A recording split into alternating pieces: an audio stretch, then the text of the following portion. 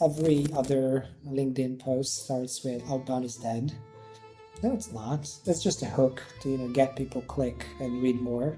But as far as I can see into the future, I'm still pretty bullish on Outbound, and I think doing it the right way, which is not the spray and pray. It is a numbers game. You have to hit volumes. So I think you have to combine the volume game and the personalization game. And that is what Clays really allows you to do.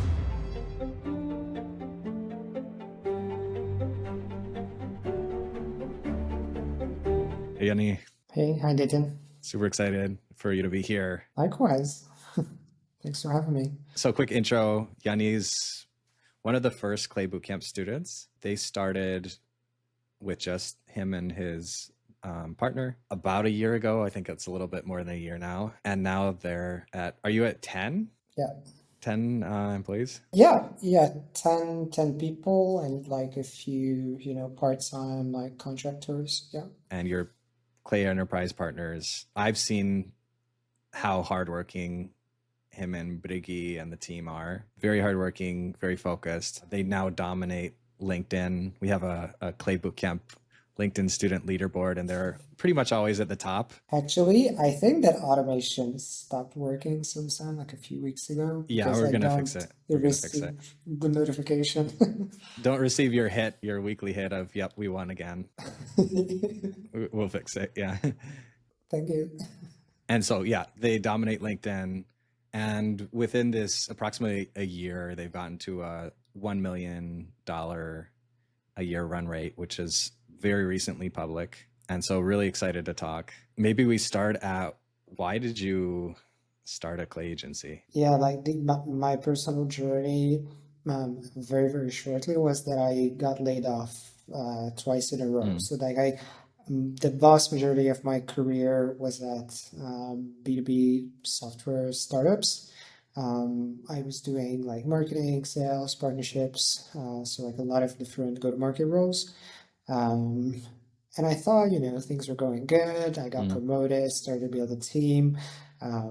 Things were going well, but then I got laid off. And then had a lot of issues like product market fit and whatnot. But then I don't know, I think I got pretty lucky. After 2 weeks, I got into a new job. I was very excited. I was running partnerships there. And after a year, or even less than a year, maybe 11 months, I got laid off again. And then I took some time, a few months, trying to figure out what to do next. This was really the high rise of layoffs. Like there was a layoff on the news literally every day. And I heard some friends who had to apply like 300 times for different roles to get a job and like get an interview or something. So I applied to maybe like one or two roles. I didn't really like do a lot. I just really wanted to take some time to, reflect and figure out what to do next. And my co-founder, who you mentioned, Briggy, she already, used to do stuff that we do now, like Outbound and RevOps, but without Clay. Or like she used to do this job even before Clay was cool or Clay was a thing. So she had the inbound demand and the need for her services. And that is when I came across Clay as well. This is like late 2023, early 2024. She had a few clients lined up, and I just thought, like, yeah, why don't I get on board with this idea? That is the reason I got started with the bootcamp, which, with all honesty and without exaggeration, pretty much changed my life ever since. It's just been a year. But yeah, like I can't be vocal enough about how great the community and course at Clay Bootcamp is. Fast forward a year, the things that you've mentioned, $1 million business, being enterprise partners, dominating LinkedIn, even though I don't feel like I'm dominating LinkedIn, the numbers tell The a numbers different don't lie. story. Yeah. It's been a crazy journey, which was just because I was let go twice in a row in a very short amount of time. The lesson learned from it is that, like, I always had some sort of entrepreneurial ambitions. I did it to some extent. I had a few like side gigs and I was doing a I You're was doing always what? doing something, but I didn't really go. I was always doing something on the side. Like Hmm. I had consulting clients and whatnot, but I was never really, bullish and going all in on it, which then I was forced to do to some extent, Hmm. and it paid off. Like previously I was having this idea that I should have like side gigs and passive income and multiple streams of passive income, Hmm. but I never really like managed to do that. Now I just have one focus, and that literally changed everything. I can identify with that. Not sure if I want to say this publicly, but I got on my entrepreneurial journey from a bad experience with working at a company. So I understand that as well. It's like this moment where you're like, I don't ever want to work for anyone ever again. I don't know if that was the case for you, or it's just kind of like, hey, the opportunity's here. Did you have a moment where it's like, I'm not going to work for anyone again, or it's just like, hey, let's try this? To some extent, like I don't have a boss. The clients You are have my multiple bosses bosses right now. now, if I can put it that way. So I didn't really have like problems with like working for. So I didn't have that extreme like feeling I would never want to work for anyone else ever again. By now, I would think, or I would say I'm unhireable because right now I do see and know that I've learned a ton in this past year or so, that even if I wouldn't be doing this, I would try to come up with, something else that the market needs. And even if it wouldn't be this big or this successful, I could probably just, get along and like get a comfortable living out of that, even if it's like another skill. Awesome. Makes sense. I know from the outside, it's easy to have the headline, Jani and Briggy got to $1 million in a year, and it was so easy. I know that probably wasn't the case. How would you talk about your journey over the past year or so? The thing in the very beginning, we were very, very like, scrappy Mm. in a sense. I was moving around, living in different countries. At the time when we got started with the agency, I was living in Spain. Mhm. I was already like ready to move on. All of my stuff was already gone. All of my furniture was gone from the apartment I was renting. But then I actually like had we closed our very very first client for Growth Today, and so we had to build those clay tables. We had to set up the campaigns at the time of the very first one we were doing with Lemlist, and so like trying to figure out how the clay Lemlist integration works, and Mm. like creating the variables, double checking and testing, and I I remember that because I didn't have a table, I didn't have a chair because it was already gone. I was a few days away from moving. I was just like standing in the middle of the apartment with the computer in one hand and like trying to use the trackpad to make a clay table work. That was our first client. That's how scrappy we were. And then when I would say about a month or two in, we closed like three new clients Oh, wow. in a time span of like a week or two.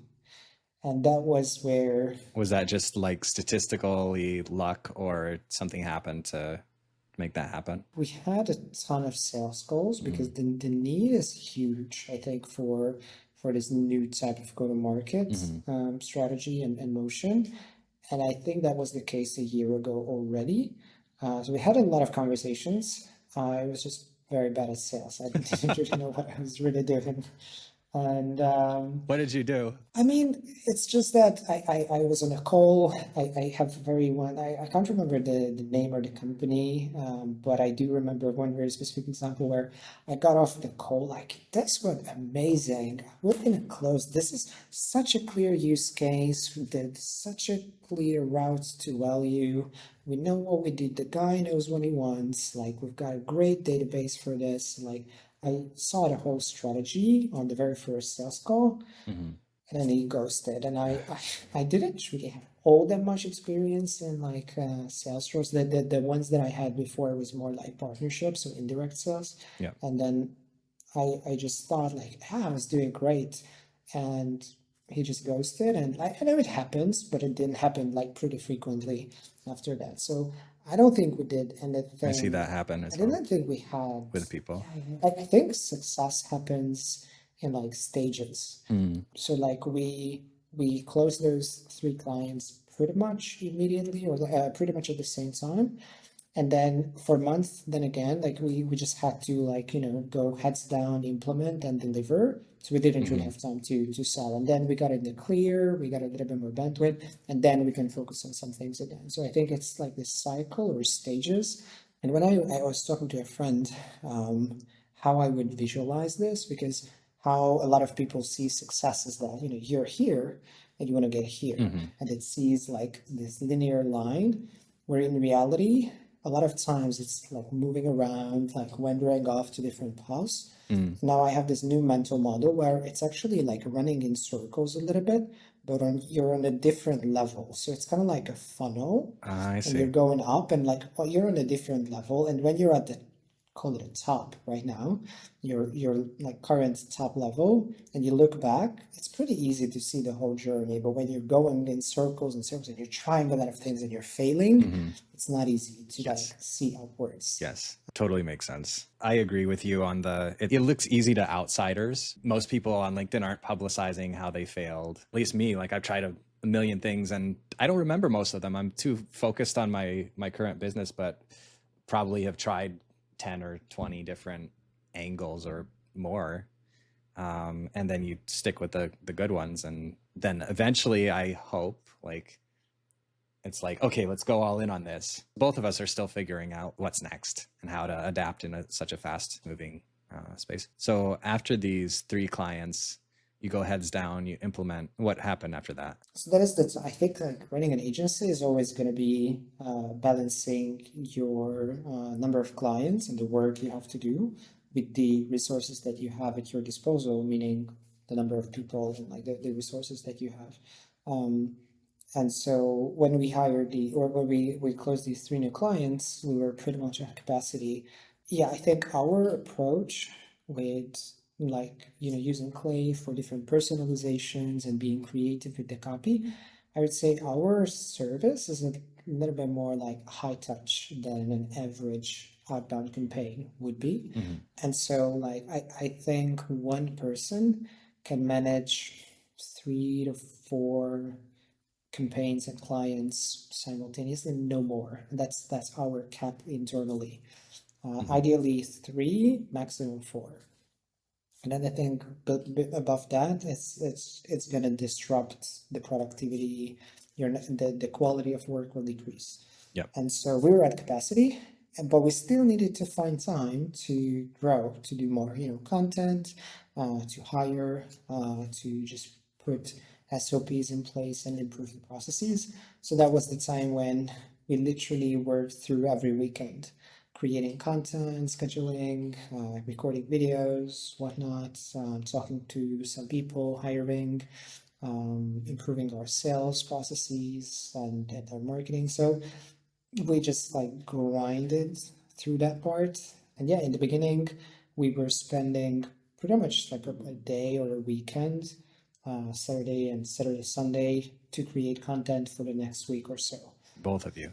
Yeah, like we didn't really know, what would work. So we spent an awful lot of time creating the videos, creating the scripts for the videos, creating, I don't know, carousels and whatnot. So we spent a lot of time on that, actually. And then like we got better, we got some sense of, what's going to be working. We took a few courses, we learned a little bit about the LinkedIn algorithm. So after a while, I think, I don't know, it was like mid 2024, where like in 1 week we could sit down and create content for a month ahead. So that gave us a little bit of a breather. We didn't have to work literally every day over every weekend, so we could get a rest and like focus on other stuff as well.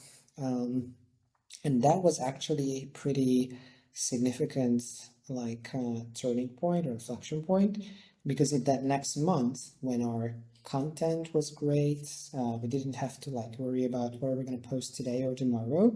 I think in that next month, I think that was another stage of growth where we hired more people and onboarded like 3 to 4 new clients.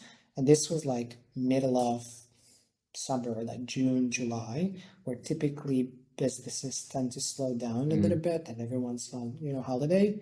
We closed like 4 more clients at the time. So I think that was also like the next step to grow. And it's always this headache, like either we have too many clients and not enough headcount to serve them, or we have, a little bit more bandwidth. Now we got to fill the pipeline again. So it's always this balance of like finding the bottlenecks in the business. The bottlenecks, yes. Whenever I hear someone say bottleneck, I'm happy. There's a book called The Goal where they talk about the theory of constraints, and it's always looking at what's the top bottleneck in your business. And I agree that sales and marketing versus fulfillment is such a critical one. And because you were essentially able to batch your content so effectively, that allowed you to, please tell me if I'm wrong, but even when you were heads down with client fulfillment, you still have that machine running and bringing you leads. Correct. Yeah. And yeah, the like by now, we still produce content, but it's not just me doing it like every day. Or I sometimes I don't touch it for months, and I still know that for the next 1 or 2 or 3 months ahead, my content is already scheduled. That's wild. So I don't really have to worry about that. And by now, my job is not to go into a clay table and build an enrichment. It's not my job to reports to a client and like not in the day to day, but my sole purpose is to create an environment where everyone else can do their job well, they can thrive, and finding these bottlenecks, which is the most pressing, the top bottleneck and constraint that I need to solve. And like that's gonna unlock the next stage of growth. Makes sense. I love that. And I think that's a dream for people who like building systems like myself. Are you still on sales calls and that? Because I know that's one of the last things a lot of founders will delegate. Yeah, pretty much sales is still with me. I would say 95%. Yeah. Makes sense. Maybe I'm just not good at like delegating or hiring or letting that go, because it's the key metric of a business's revenue, and that is like highly dependent on how we sell. So that is probably one of the last things I can delegate properly. Makes sense. For my business model, Clay Bootcamp, the LTV of a student isn't as high as for an agency owner. So to scale, it's like a lot of meetings a day. But I imagine for you, since the LTV is much higher, it's not like you're doing sales 90% of your day. Or would you say it's still pretty significant? It is significant, I would say. So like right now, I'm still like in some of the clients, I'm still the client facing the primary contact for a few clients, for a few key accounts that we onboarded in the early days, and just by the tribal knowledge that I've got about them and like the historical context, it's just hard to delegate that to anyone else on the team. So some of these clients I still manage and work with them actively.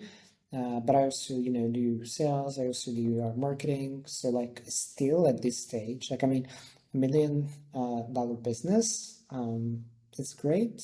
It's an achievement I'm proud of. But in the grand scheme of things, it's not a huge business. So I still wear many different hats every day. And yeah, I'll just have to like go through these next steps of growth where I will be able to hire for those and delegate, find the right person for this, and delegate properly. How do you think about delegation? How do you think about hiring the right people? Well, so our approach, I've got a lot of thoughts about this. First, our approach to hiring right now is hire fast and fire fast. Just because how unique the thing that we're doing in the grand scheme of things, like using Clay, using AI, it's all still pretty new. So I think there's a very low amount of people that can do this job well. And so we've tried hiring otherwise senior people and thought that we could get them on board with the tools and the best practices, but that didn't really work out well. So my current approach is more to hire for attitude and not for pure skills, because skills can be taught, but attitude and willingness to learn and willingness to fail is just much harder. Yeah. So that's currently my approach is hire fast, fire fast. I want to give opportunity to talented people, but if they don't work out, I had this like mistake before where I had a hard time admitting that I made a mishire, and we were just like dragging our feet and we couldn't make up our mind and make a decision. Right now I'm in a much more like bullish kind of mental state that yeah, it's not working out. It is what it is. I like you as a person, but it's just not working out. Right. We should, say goodbye to each other. So that's one thing.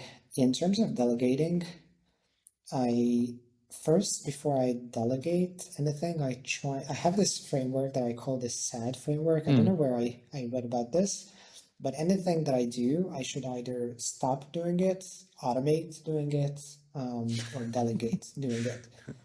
And so a lot of times I just ask myself, is it really worth doing, or I should just let it go? There are a few things that I like, actually, I don't really need to do anymore. And so the two other parts, before I want to delegate something to anyone, I try to automate it and processize it and document it as much as possible and in like very detailed steps. Every time I have to do something for the second time, I turn it into a process and I turn it into an SOP.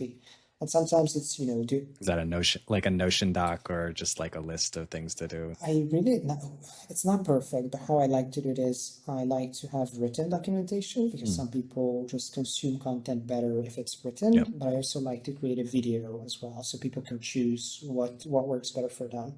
But yeah, it's usually images, screenshots, explanations, and video process walkthrough as well. Nice. Obviously it's never going to be perfect, and like even if it's like just by using Clay, it changes like the guys over there do a pretty good job at delivering new features and improvements pretty frequently. So the things that I did 3 months ago and the way I did it, that's not how it works in the product today. So it's never going to be perfect. It's like a constant battle. But generally, the mindset that I have is I try to automate first, and then that once it's been automated to like as much as possible, but there are still going to be like parts that cannot be, and there needs to be a human, checkpoint. That's the point where I try to delegate and just give the whole context in. Nice. Makes sense. You said SAD, which I love the framework. You stop doing, you automate, delegate. I find my mind is like, how do we rearrange this so it's less depressing? But no, I like ads. Maybe it's ads. Maybe it's DOS. Like maybe we speak German. And how are you finding the people to give a chance to? So you said you like you want to give people a chance. What's your algorithm? Well, so yeah, then again, attitude is a much more integral part of our hiring process, which is kind of hard to measure. Yeah. I don't have like a proven system for it. We just like talk to people and spend some time together on a call, talk about how they tackle challenges before in their careers, how they would solve a problem very specifically, and stuff like that. And then you get a sense of how grounded they are, how they approach different scenarios, how they would handle a difficult conversation Yep. with a client, and stuff like that. So that is what I'm trying to focus more on. And then, I mean, the Clay skills are important. You cannot really do this job at Worth today without knowing Clay. You have to be good at the technology, but it's not the technology that makes a campaign successful. So like the strategy, the list building it's a very complex process. And just being good with one piece of technology, you're not going to be a good go-to-market engineer or like a good campaign manager. You're not going to be great at doing outbound or revenue operations. Because you load one tool. And I was just thinking about it yesterday that I see a lot of agencies and freelancers who are focusing on like Clay as a service. I don't want to do anything else, just Clay. I'm going to build your tables, your lists, and enrichments. And my point of view on that is that that's not valuable. If you do just Clay, like you've learned a tool, congrats. And there are 1,000 other people who can do the same.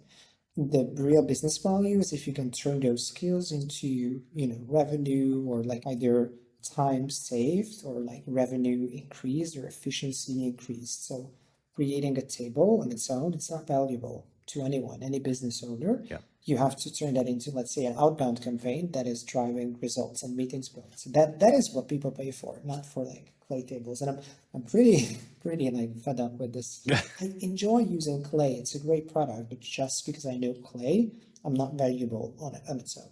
Makes sense. I want to dig into that. I see that as well. It's like there are two main, perhaps, skill stacks that are related, but also very different enough that it's, if you learn one, you don't automatically learn the other. It's the like in the weeds technical, I can set up Clay tables, and then it's the figuring out what to do with the Clay tables and figuring out how to design it. Like if you're doing outbound, how to design a campaign that's actually impactful, which involves understanding the client's business really well, figuring out what you can offer, etc. Like a lot of things involved in that. You combine them together and turn them into an outcome, which you said like could be saving time, automating an existing process the client has, or just helping them, create new revenue. And so you mentioned outbound. I know several other people in this space are saying, hey, like outbound is really hard, especially with the deliverability challenges and a lot of new entrants, et cetera, about the changes with outbound, and what's your direction around that? We'll still do outbound. I think it's still the main and most popular use case of Clay. Definitely, I do see a trend of either people just like stop doing this as a service, or pivoting into more revenue operations like CRM hygiene. We do both to we deliver on both of these fronts or these different services for our clients. Well, sometimes it's, in the very beginning, they either like choose what is the exact, or they know from the very first moment this it's either A or B that I want from you as an agency, or sometimes it just organically grows. Hey, I want you to do outbound, but since just because how close these different services are together, Yep. if you do outbound, you would definitely want to have your time in your CRM. Then you have to think about your data model. You have to think about how good your existing data is, how clean it is, and how you're going to improve that. So there's a lot of like nuances that are interconnected in these two like services. So sometimes it just organically grows. Deliverability is definitely a challenge these days. It's going to get harder. Every other LinkedIn post starts with "outbound is dead." No, it's not. It's just a hook to get people click and read more. No, it's not. And I don't think it's ever going to be in like, as far as I don't know what's going to happen in like 5 and 10 and 20 years, but as far as you can foresee in the future and predict things with all the AI advancements and like everything, things just change so drastically quickly. You cannot really see into the future very much. But as far as I can see into the future, I'm still pretty bullish on outbounds. And I think doing it the right way, which is not the spray and pray and like just it is a numbers game. You have to hit volumes to to hit your targets and make it a success. But if you just do it the traditional kind of way, it is that it's not going to be successful. So I think you have to combine the volume game and the personalization game, and that is what Clays really allows you to do. Amazing. Yeah, that makes sense. I do see, people say outbound's dead, which is obviously not true when you see results like you and others are getting when they know what they're doing. It was a trend for a while to say, trigger-based outbound, which does work. It does work. But sometimes the implication is that you can send 10 emails a day and you're going to get 100% reply rate. And, that's in most cases is not the only thing you should be doing. I mean, I do know about agencies who are much more like more successful and bigger than us in terms of revenue, number of clients, and the number of emails they're sending. But they literally like they have a really huge team, hundreds of thousands of businesses to prospect on behalf of their clients, and they send like million emails per day, per week. So like that is great if nothing really matters, like you just want to hit your targets. But then we have clients who have a much smaller time, like they have 3,000, 5,000, 10,000 total addressable market. Good luck sending a million emails to them. Yeah. Like maybe you can get away with it once, but then what are you going to do next month or like the next? So it's great, but I don't think that the trigger base, what you mentioned, it's great. It's very relevant, very timely, but low volume. Or the other end of the spectrum, you can go spray and pray and send 50 million emails a day, which you can do theoretically, but there's always going to be this middle ground because any of those extremes are not going to make you successful in the long term. Yep. Makes sense. Yeah, one of the things that I think I talked with Joe Rue about this, is the lead gen bro mentality where they're spamming the TAM to get the pay per lead. I booked 100 meetings, which you can book 100 meetings without spamming someone's TAM. I'm not trying to imply that. I know that you don't do that and don't want to do that for your clients. And so like that extreme is, I don't feel good about that either. Work-life balance. You mentioned that you both have managed to carve out some weekend time. I know that you're probably still really busy, and there's always this founder's fantasy, at least I see that in myself, that you're going to someday work 4 hours a week, like Tim Ferriss promised us 10 or 20 years ago, whatever that came out. How do you think about work-life balance? What have you done so far, and what do you plan to do to get balance in your lives? I don't really believe in it per se. How I'm thinking about it is more in terms of work-life integration, where like right now I have the ability to run an errand in the middle of the day because I can do that. I don't have a meeting, whatever. But then I'm going to be having a call at like 10 p.m. with a client if that's needed. So I don't really believe in balance. Like you can balance it on the short term. Like I'm gonna like work like 8 hours for the next week, but then something will come up, and like on the long term, I don't really believe in it. What's working for me is this kind of integration. I just really need my laptop and Wi-Fi, so I can work from home. I can work from a coffee shop. I can work from the beach, and all those fancy stuff. But yeah, sometimes I like sleep in and wake up at 10 a.m., but then I work at like 10 p.m. And sometimes I do the other, I kind of really sleep, wake up at 6 in the morning, I work for 4 hours, but then I don't work in the afternoon and stuff like that. So we have been working really hard to get here and get where we are today. And in the foreseeable future, we still have to work very hard and wants to work very hard. Eventually, I think it comes down to what your individual goals are. Not even your business goals, your individual goals as a person. Do you want to exit from that business? Do you want to build something that can run, let's say, on its own, and it's going to be a 4 hour work day or work week, even like just do 1 hour a day, you're checking on things, you give some direction, and then off you go. The team can handle the rest. I think that is definitely possible. In the foreseeable future, we still have to work very hard and want to work very hard, and grow the business further, learn a ton of things along the way. You just have to get your priority state. If you want to work hard, then you will just align your other parts of your life for that. If you want to get to that 1 hour a day like work life or work week, that is possible. But then what are the steps that are going to get you there?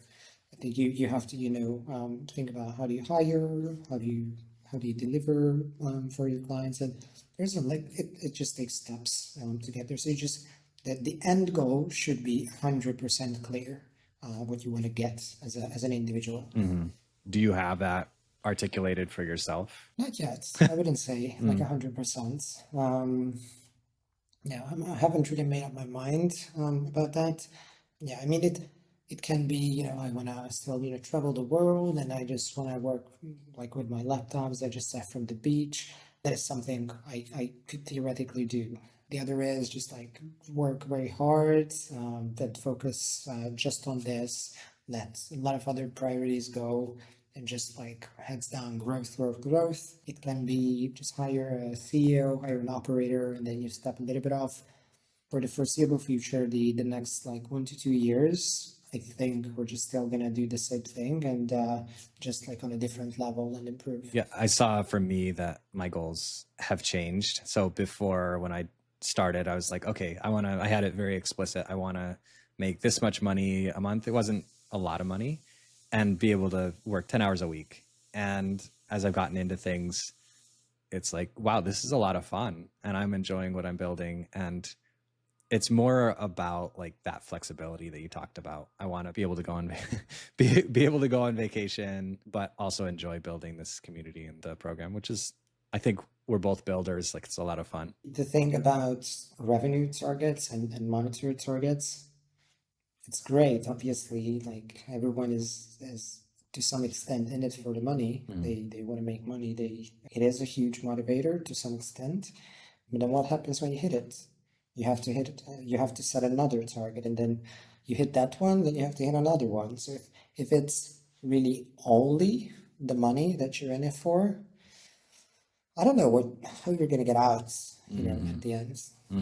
The space is always changing. How are you thinking about the next year with growth today? Well, so currently I'm very the thing that's I think gonna disrupt the space, it can come from any directions. The thing I am like focusing on is well, one is deliverability, and a day can like be very drastic and then like just change and like disrupt the whole industry. But there's not a lot you can do about that unless you're the engineer working at Google and Microsoft who are creating those spam filters and the algorithms. So I don't think you can do a lot of that. The other angle that I'm very mindful of is really the advancement of AI, and like there's a new model, a new product, a new like operator and whatnot. Like there's just a ton of stuff, and even when it's pretty much my full-time job to keep up with these tools and technologies, it is hard. It is like if I said this, it's hard to keep up with the changes in sales and marketing 10 years ago. But like what's happening today is just bonkers. It's just crazy. Yeah. So that is the other part. I'm very protective of the team's time and focus about what are the day-to-day activities that we're doing, what are the standard operating procedures. I don't want to onboard a new, so I haven't really tested DeepSeek, for example, because I'm fine with Claude and ChatGPT. We do a good job with that. Maybe it's going to be cheaper, it's going to be like better output, but I don't want our team to spend an awful lot of time on discovering. I pretty much like still just do it, I don't know, behind the curtains. I do test a lot of these tools, but I do that before I introduce it to anyone else on the team. So I don't want to disrupt what's already working, but I do want to test it. So like those are the two like angles or directions that I'm keeping an eye on, because that's gonna have a huge impact on what we do and how we do it. Yeah, and in the meantime, you just really have to like keep up with the pace. Incredible. Thank you so much, Jani, for talking today. I think there are a lot of good insights for people who are starting to build their agency and planning to scale it as much as you have.